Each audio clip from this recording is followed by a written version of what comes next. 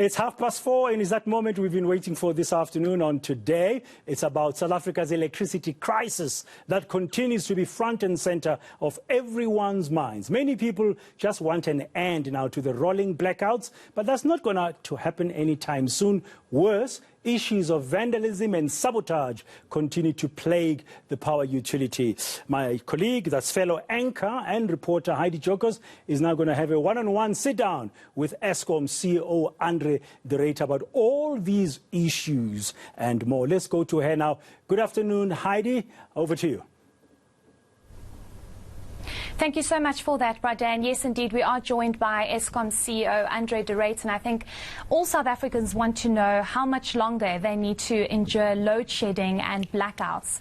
Thank you so much for your time, Mr. Ruyter. We do appreciate it. Let's just start off with this energy indaba that's currently underway here in the city of Johannesburg. And there are conversations that the city is trying to move away from the reliance of Eskom. And the reason for this is because of constant blackouts and the fact that you have a situation where the city is constantly in darkness, not just the city, the whole of South Africa. And this energy indaba is looking at moving away from the reliance of Eskom, and they're just saying that they can't deal with the constant load shedding. What is your response to this? I've consistently said over the past 2.5 years that the country has a shortfall in generation capacity of between 4,000 and 6,000 megawatts. And that lack of capacity causes us to have to load shed in order to protect the grid for reasons that I think we've explained at length in previous interviews. Now, we are not concerned at all by moves by the city of Joburg to reduce their reliance on Eskom. In fact, we've anticipated this. It was 3 years ago now when the President announced in his State of the Nation address that metros in good financial standing would be able to buy their electricity directly from IPPs.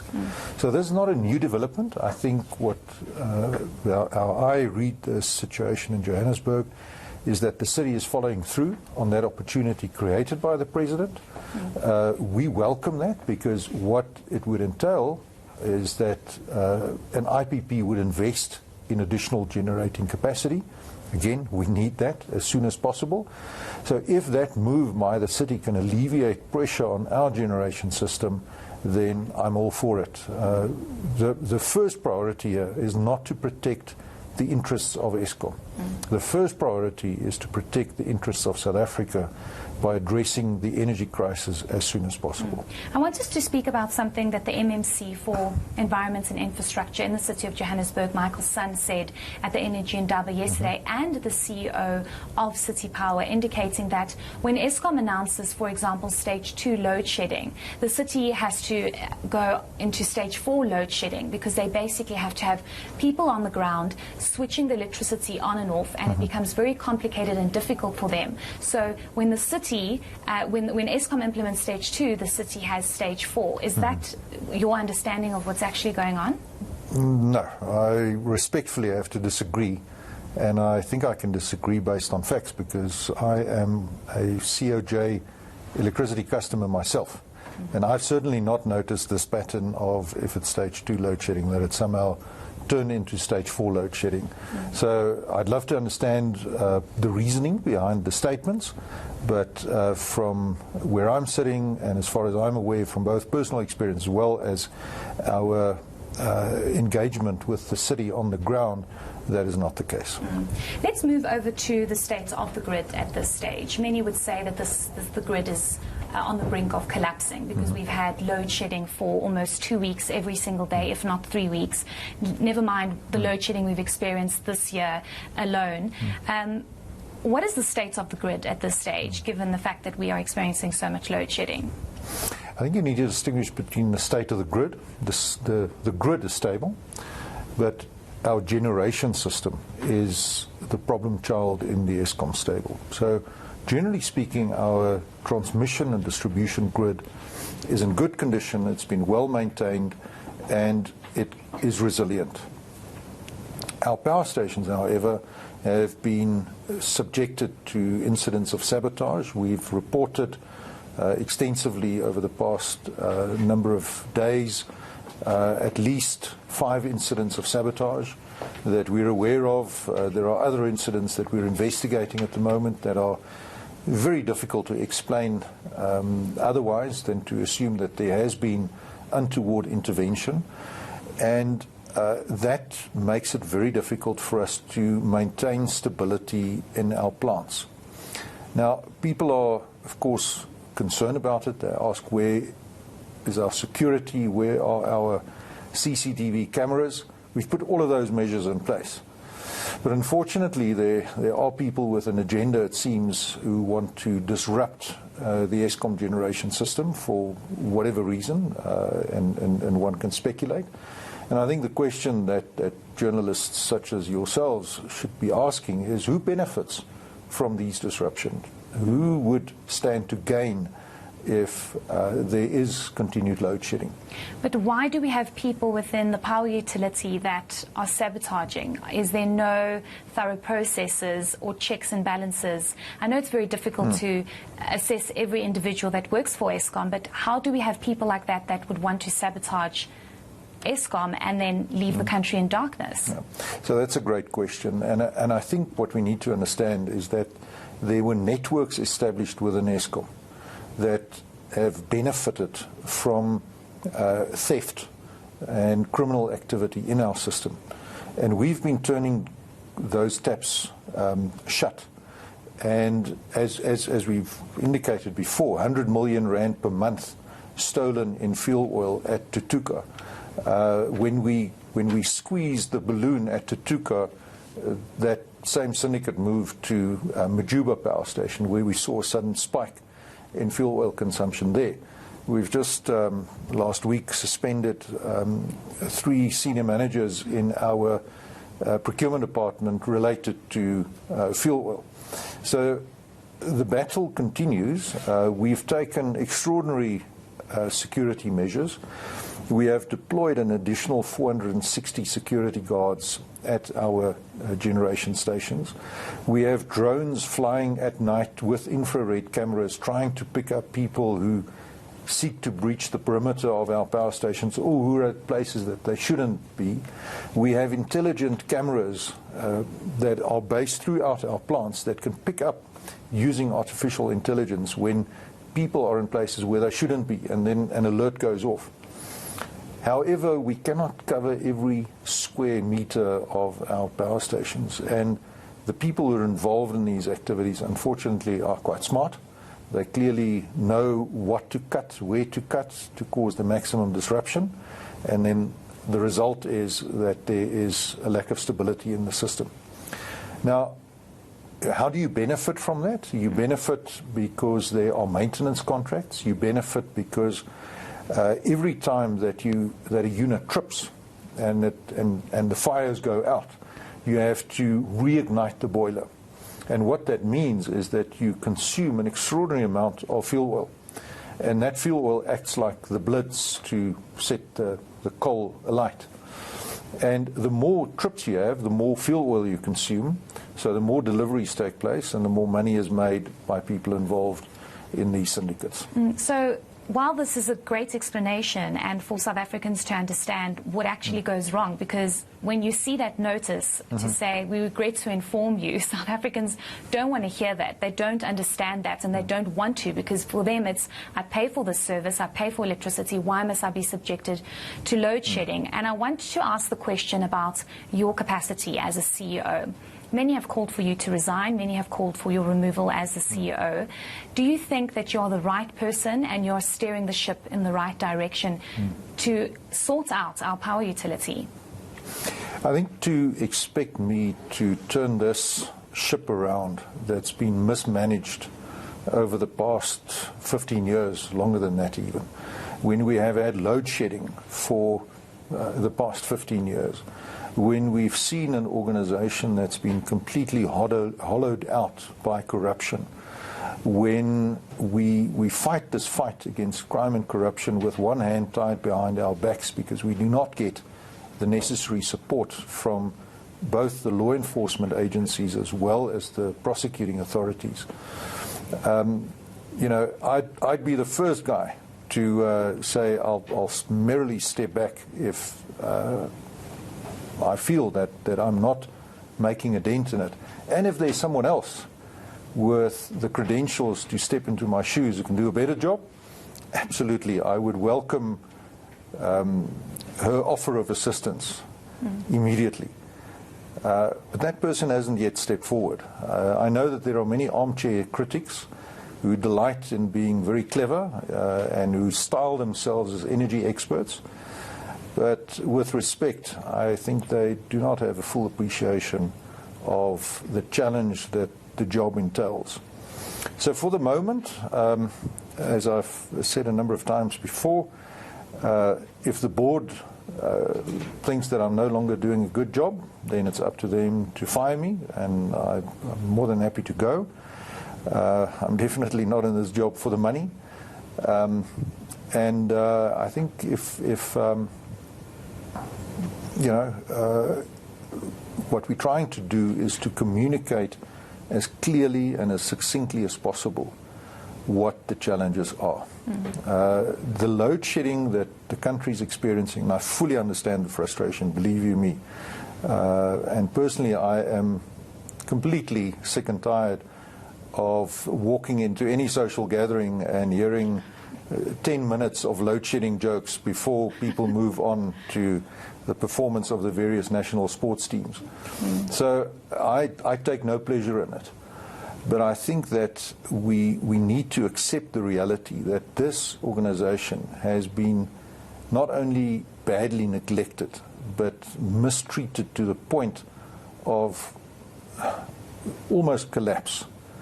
And therefore, the task of turning it around, I think, requires a lot of support, not only from Eskom employees, but from the country.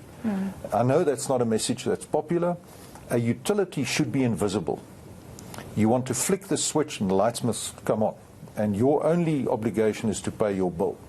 That's how it should be in a normal society. But at the point where we are right now, unfortunately, that is not the case. And that's why we appeal to the support of South Africans when we have peak hours to switch off those energy-hungry appliances. But you see, people have a problem with that because people say, why must I switch off my heater when it's 9 degrees or 1 degree in Joburg or wherever it might be, and I want my heater on because I pay for this service. You made an interesting point to say the power utility must almost be invisible and you must switch the flick on and the switch on and the power must be there. But currently now we put the switch on and there's no electricity and we're still expected to pay. And I want us to move to an issue of your role in all of this and your plan to sort this out. Because as much as you say it's not the greatest job, it's very difficult. You have people sitting on the sidelines constantly commenting about this. At the end of the day, you are the chief executive of Eskom. So what is your plan to sort this out and to have South Africans no longer use the word load shedding? We have... over the past 2.5 years, we have implemented a number of measures to improve our operational performance. We have started to carry out significantly more maintenance. One of the so-called energy experts the other day tweeted an outrageously false claim that I had cut the maintenance budget by 70%, which is just devoid of all truth. In fact, we are paying more towards maintenance and we are making available more funds. But bear in mind that you need 3 things to turn the organization around. You need time, you need people, and you need money. Time is something that we really don't have. Country's patience clearly run out. People, we are bringing back experienced power station managers to assist us, also to manage key parts of the value chain where we have allowed neglect to creep in, but then also money. And you refer to the fact that people pay. Well, some people pay. Municipalities don't pay us. We are owed 47 billion rand by municipalities. Just in the past financial year, 7.2 billion rand was not paid to us. And at the same time, we're not getting the tariff increases that we require in order to be cost reflective. And as a consequence, we are having to cut our budgets to a point where we cannot do everything all at the same time. But in addition to that, we also need the headroom in terms of generation capacity to carry out this necessary maintenance. And without that headroom, without the 4 to 6 gigawatts of spare capacity that will enable us to take units off without creating risk in the system, it is an extremely challenging situation for us to do maintenance without creating additional risk, because we have to rely on other units that remain online but which are unreliable and unpredictable. I want to, with all of that you've just said now, Mr. De Ruyter, I think South Africans watching at the moment just want the honest truth, and they want to know for how much longer we are going to be subjected to load shedding, because every time there's a new CEO, every time there's a new board, we are told just for another 18 months, just for another however many months, and it gets worse and worse every year. So if you could be honest with us and tell us if load shedding is going to end anytime soon. Load shedding will end when we have substantial new capacity added to the grid. Now, bear in mind that Eskom cannot, by law, procure its own electricity. We cannot go and build new power stations because we are required to apply for a Section 34 determination from the Department of Mineral Resources and Energy. We cannot go out and buy electricity from IPPs on an accelerated basis. That is done by the IPP office, which reports into the DMRE. And there have been a number of delays in those processes. Some of it, to be frank, occasioned by my less than illustrious predecessors who caused the IPP program to be delayed for a number of years.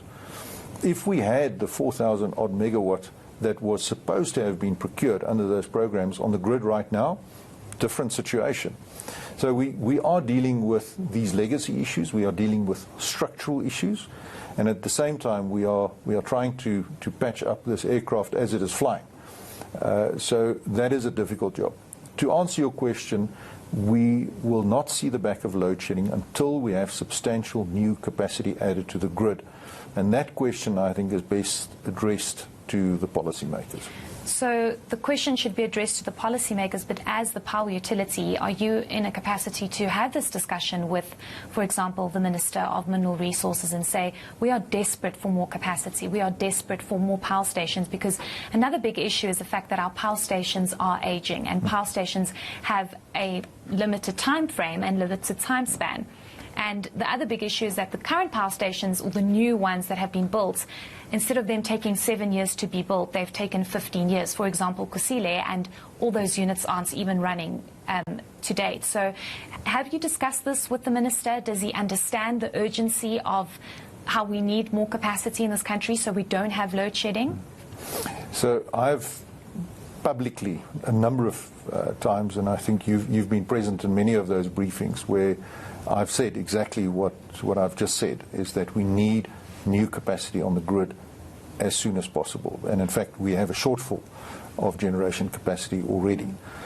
And this is a message that I think bears repeating, not only by myself, but by the Energy Intensive Users Group, by the Minerals Council.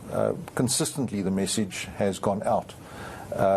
We can only communicate so much. I've certainly made this point of view clear to our board, to our shareholder department, and we have communicated the same message also by correspondence that our chairperson has addressed to the minister. So I think the message has been delivered.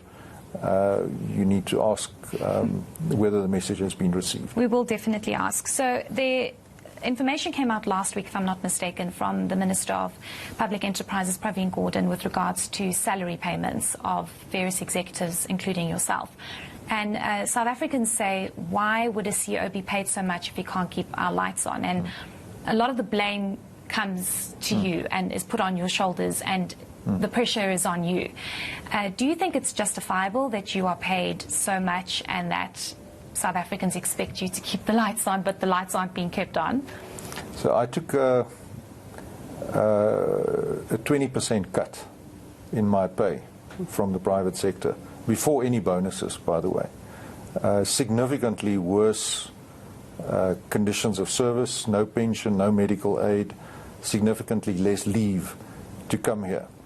Again, if there's another volunteer who cares to raise her hand, and I'm using the female pronoun quite deliberately, please come. I'm more than happy to make space for someone who feels he or she is qualified to do a better job. But then you need to step in and you need to do the job. Don't stand by the sidelines and criticize. Don't be what the Americans call a Monday morning quarterback by the water cooler. Come and do the job, and then we can talk. I want us to speak about how tough your job is and how you're saying here if there's anybody else willing to do it. Many would say, but why are you doing it if it's so tough?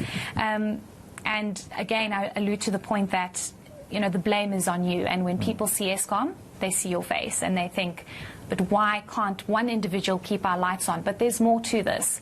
And the issue here is, as you mentioned, this SOE and this power utility has been hollowed out and almost left, as you mentioned, to a point of collapse. Do you think that load shedding is going to get worse?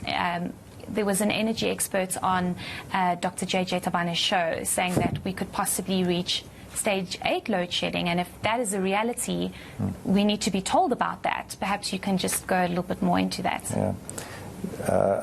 I come back to the point I made earlier about these self-proclaimed energy experts. I'm not sure what their experiences have been or what their credentials are, but I would suggest that one needs to be quite careful about idle speculation about stages of load shedding without having the full picture. We are trying our level best to minimize the impact of load shedding as much as possible. If you look at the way in which we're implementing load shedding stage 2 right now, it is between 5 in the afternoon till 10 o'clock at night. What that means in practice, because of the way that the load shedding schedules are implemented, that your average household is subject to load shedding 1 or 2 nights a week, which is not, it's unacceptable, and it's a tough situation, but it's certainly a far cry from the 5 or 6 hours of continuous blackouts that people speculate about. So I think one needs to treat the comments of these self-proclaimed experts with more than a grain of salt. It is interesting that some of those are exactly those Monday morning quarterbacks who second guess what is being done. Maybe I should also just comment on what you said about the state of the organization. Now, a large organization is like a big flywheel, and it's got momentum. And that momentum carries an organization through difficult times. What has happened at Eskom, due to the years of state capture and corruption, is that flywheel has lost its momentum, and it's almost come to a complete stop. And the amount of energy and the amount of effort that needs to be expended in getting that flywheel turning around is extraordinary, and it doesn't happen overnight. If I had a magic wand, of course, I would fix load shedding tomorrow, and I would have gleaming, well-maintained, modern plants filled with highly skilled engineers that happily go to work being well remunerated, committed, motivated to work. But that's not the reality of the situation. So while I understand that I'm being held to account by the South African public, I think one must also be fair and understand that there is a bigger picture here, and that while some of the perpetrators of state capture that were pointed out by Judge Zondo in his report roam the streets and are quite active on social media and even on television stations such as your own, one needs to ask the question, why is no action taken against people who've essentially brought this flywheel of Eskom to a grinding halt? Instead of trying to hang present management out to dry, where's the consequence management to those who caused the situation in the first instance? As I mentioned, when people see Eskom, they're unfortunately associated with the current CEO. I've run out of time, but I just have to ask one important question. What does the winter month look like? The winter months look like going ahead in terms of load shedding? The current outlook is that we have some major units returning from outages towards the end of this month, so by the end of May. We also have Kuberg Unit 2 scheduled to return on the 26th of June. That will make an enormous difference. That is 900 megawatts of highly reliable electricity. So the outlook is improving, but given the lack of predictability and reliability of all the factors that I've mentioned, forecasts always have to come with a caution that the system remains unreliable and unpredictable. I wish you said something different, but I guess that's our reality at this stage. That's the truth. Yes, that is. Thank you so much for your time. We really do appreciate it. That was the CEO of Eskom, André, just speaking to us about the state of Eskom. Unfortunately, not great news. Load shedding will be with us until there is more capacity, and that, of course, lies in building new power stations and allowing for other sources of energy. That's it from me and the team. Shahan Ramkisoon as well as Sally Badet are standing by with South Africa Tonight. Let's go to a short ad break.